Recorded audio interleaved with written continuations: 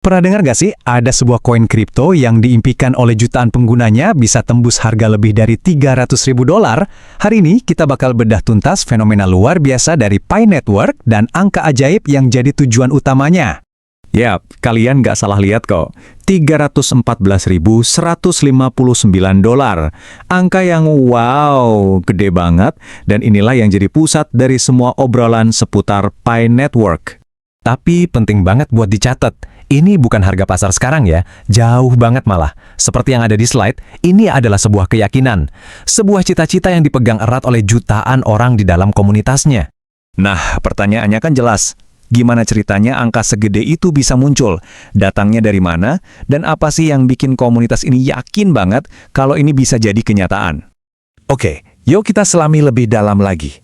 Biar kita bisa paham mimpi besar ini, kita harus bongkar konsep yang jadi intinya, yaitu yang mereka sebut sebagai nilai konsensus global atau GCV. Jadi apa sih sebenarnya nilai konsensus global ini? Gini deh, anggap aja ini bukan sekedar target harga biasa. Buat komunitas Pi, ini tuh udah hampir kayak sebuah ideologi, sebuah prinsip dasar yang ngebentuk cara mereka ngelihat nilai dari koin ini. Intinya, GCV itu adalah nilai yang disepakati bareng-bareng sama komunitas globalnya buat ngejaga koin Pi tetap stabil dan ngelindungin dari inflasi. Ini semacam standar nilai yang mereka coba terapin di dalam ekosistem mereka sendiri. Nggak peduli apa kata pasar di luar sana. Nah, ini bagian yang paling kerennya. Angkanya itu nggak asal-asalan. Seperti yang kalian lihat, ini tuh sebuah penghormatan yang cerdas buat nama proyeknya sendiri. Mereka ngambil konstanta matematika Pi, yaitu 3,14159, terus dikaliin 100.000. Jadilah target impian mereka itu. Oke, setelah kita ngomongin mimpinya, sekarang saatnya kita balik ke realita. Gimana sih perbandingan antara target CCV yang selangit itu dengan data pasar yang ada sekarang? Menurut sumber yang kita pakai, harga Pi saat ini, atau lebih tepatnya IOU Pi yang diperdagangkan di beberapa bursa, itu ada di kisaran 17 sen dolar. Nah, IOU ini tuh pada dasarnya cuma kayak surat utang atau janji buat Pi di masa depan. Bukan koin resminya yang udah bisa bebas diperdagangin. Dan grafik di slide ini nunjukin dengan jelas banget seberapa jauh jaraknya.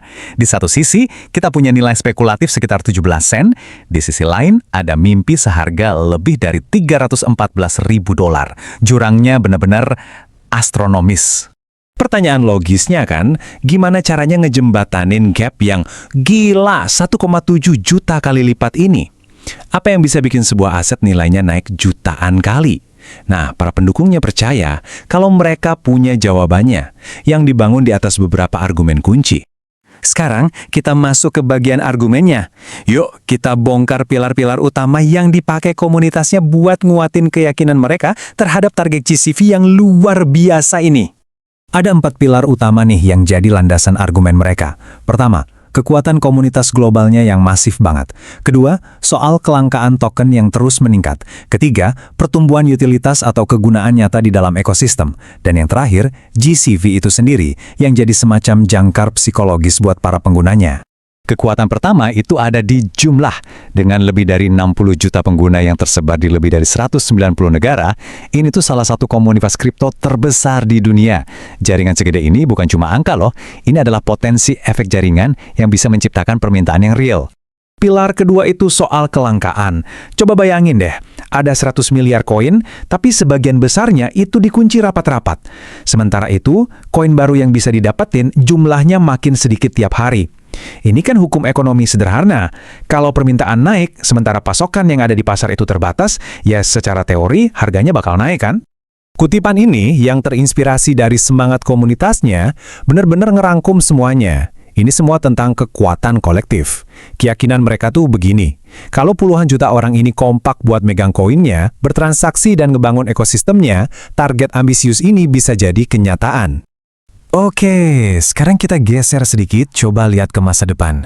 Di luar faktor-faktor internal tadi, ada satu faktor dari luar yang bisa jadi kartu as buat Pi Network, regulasi di Amerika Serikat.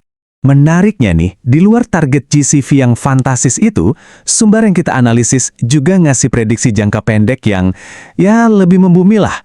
Cuma berdasarkan kelangkaan pasokan aja, mereka ngelihat harga antara 1–5 dolar di tahun 2026 itu target yang lebih realistis.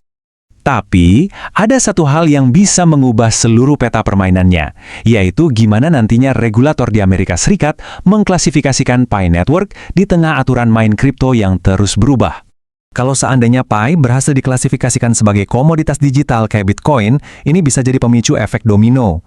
Langkah pertama, Pi bisa listing di bursa-bursa gede di Amerika. Ini lanjut ke langkah kedua.